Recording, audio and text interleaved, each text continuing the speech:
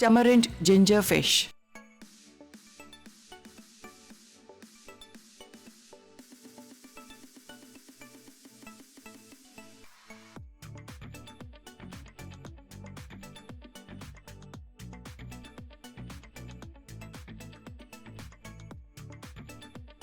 हम आ जाते हैं हमारी फ़िश की तरफ। और मैंने आपको बताया इसको आप राइस के साथ भी सर्व कर सकते हैं, पास्ता के साथ भी सर्व कर सकते हैं। आजकल पास्ता का भी ट्रेंड बहुत है, राइस तो खैर है ही। इंटरनेशनली पूरी दुनिया में सबसे ज़्यादा इस्तेमाल होने वाला ग्रेन जो है वो राइस है, और पास्ता उसका सेकंड नेमुल बदल है।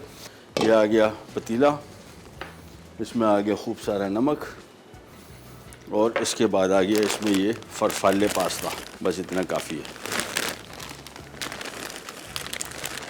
अब इसको जब भी पास्ता शामिल करेंगे हमेशा शुरू में तो फौरी तौर पे इसको मिक्स करेंगे, ताकि ये आपस में चिपके नहीं। उसकी वजह ये होता है कि फौरी तौर पे जब पानी में शामिल करते हैं पास्ता, ये स्टार्च छोड़ता है, और स्टार्च जब छोड़ता है और उसके ऊपर एक और पास्ता पड़ा होगा, ये फौरी तौर पे चिपक जाता है। यहाँ पे आ जाते हैं मछली की तरफ। और मछली की कटिंग आप पे डिपेंड करती है। मैं आपको एक और बड़ा, मुझे जो सुनने में बड़ा अच्छा फील होता है वो है बिस्किट कट। ये देखिए इस तरह के पीस जो कटते हैं इसको बिस्किट कटिंग कहते हैं, और ये बड़ी ज़बरदस्त किस्म की, दिखने में बड़ी अच्छी लगती है। सो ये मछली ले ली, और मछली बड़ी ताज़ा है, बेहतरीन किस्म की। अब बहुत सारे लोग समझते होंगे कि यार कराची में रहते हैं इनको बड़ी ताज़ा मछली मिलती होगी। यहाँ पे भी ये हाल है, यानी अच्छी क्वालिटी की मछली। आप सोचें कि हम ज़मानों से मैं फ़िशरी में क्यों ख़रीदता हूँ, मतलब कोई शौक़ नहीं है कि इतना दूर जाके ख्वारी करके घंटों, यानी अगर मैं अभी फ़िशरी निकलता हूँ 3 बजे, मैं आऊँगा 9 बजे, 6 घंटे मुझे लग जाएंगे वहाँ पे, ख़रीदारी, सफाई, कटाई और दूर होना। लेकिन मजबूरी है, चूँकि इतनी क्वालिटी की अच्छी मछली कहीं पे भी, यहाँ पे भी कराची में ये ख्वारी नहीं मिलती। अच्छा जी, चूल्हा ऑन कर दिया, और इसमें शामिल करेंगे हस्बे मामूल हम ऑलिव पॉमेस ऑयल। ये तकरीबन 7-8 खाने के चम्मच ऑयल ले लिया। पास्ता को हमने, ऑयल जैसी गर्म हुआ, इसमें सबसे पहले हमने शामिल किया चॉप किया हुआ अदरक और चॉप किया हुआ लहसुन, और इसको थोड़ा सा किया मिक्स।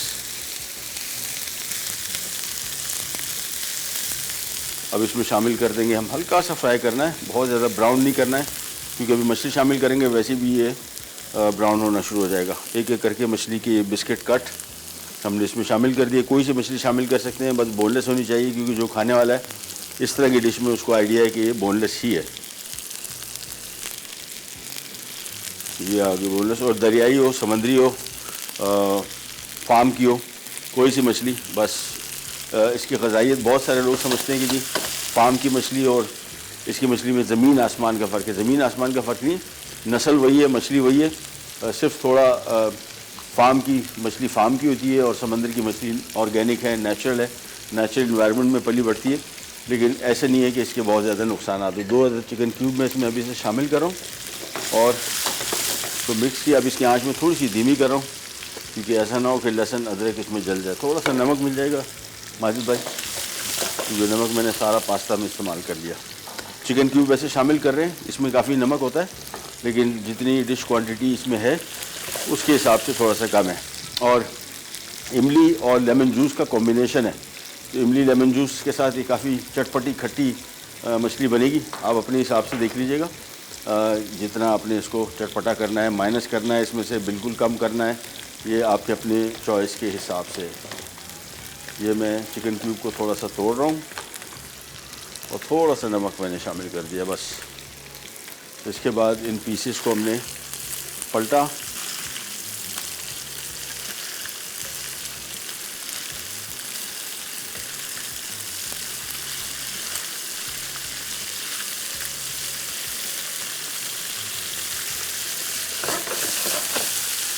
बस।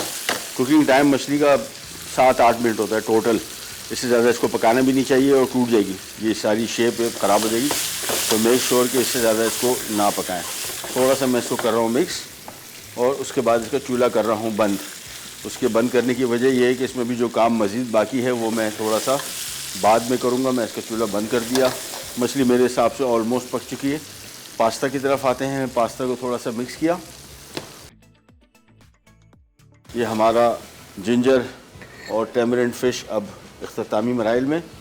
ये इसके ऊपर आ गया बारीक कटा हुआ अदरक, हरी मिर्च मैं ऑप्शनल शामिल कर रहा हूँ, आप देख लीजिएगा। थोड़ा इसको मैंने कहा सोचा स्पाइसी क्यों ना कर दें। साथ में आ गया इमली का गूदा। अच्छा जहन में रखिएगा ये थोड़ी ज़रा खट्टी डिश है, ओवरऑल मतलब इसका अगर आप फ्लेवर पूछें तो खट्टा ही है।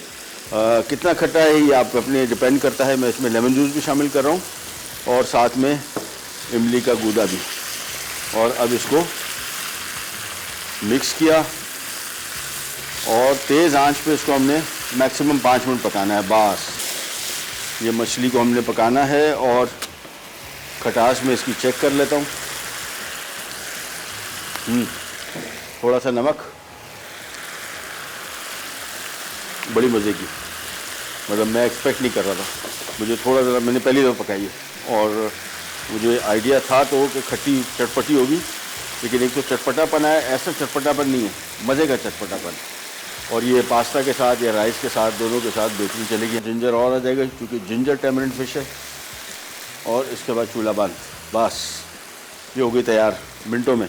अज्जा भी कम है, लेकिन फ़िश के हवाले से अगर बात की जाए तो मछली पकाने का हमारे यहाँ बहुत सारे तरीके हम लोग अपनाते हैं। ख़ासतौर पर पाकिस्तानी स्टाइल से अगर बना रहे हैं तो वो तो एक ही तरीका है, डीप फ्राई कर दो।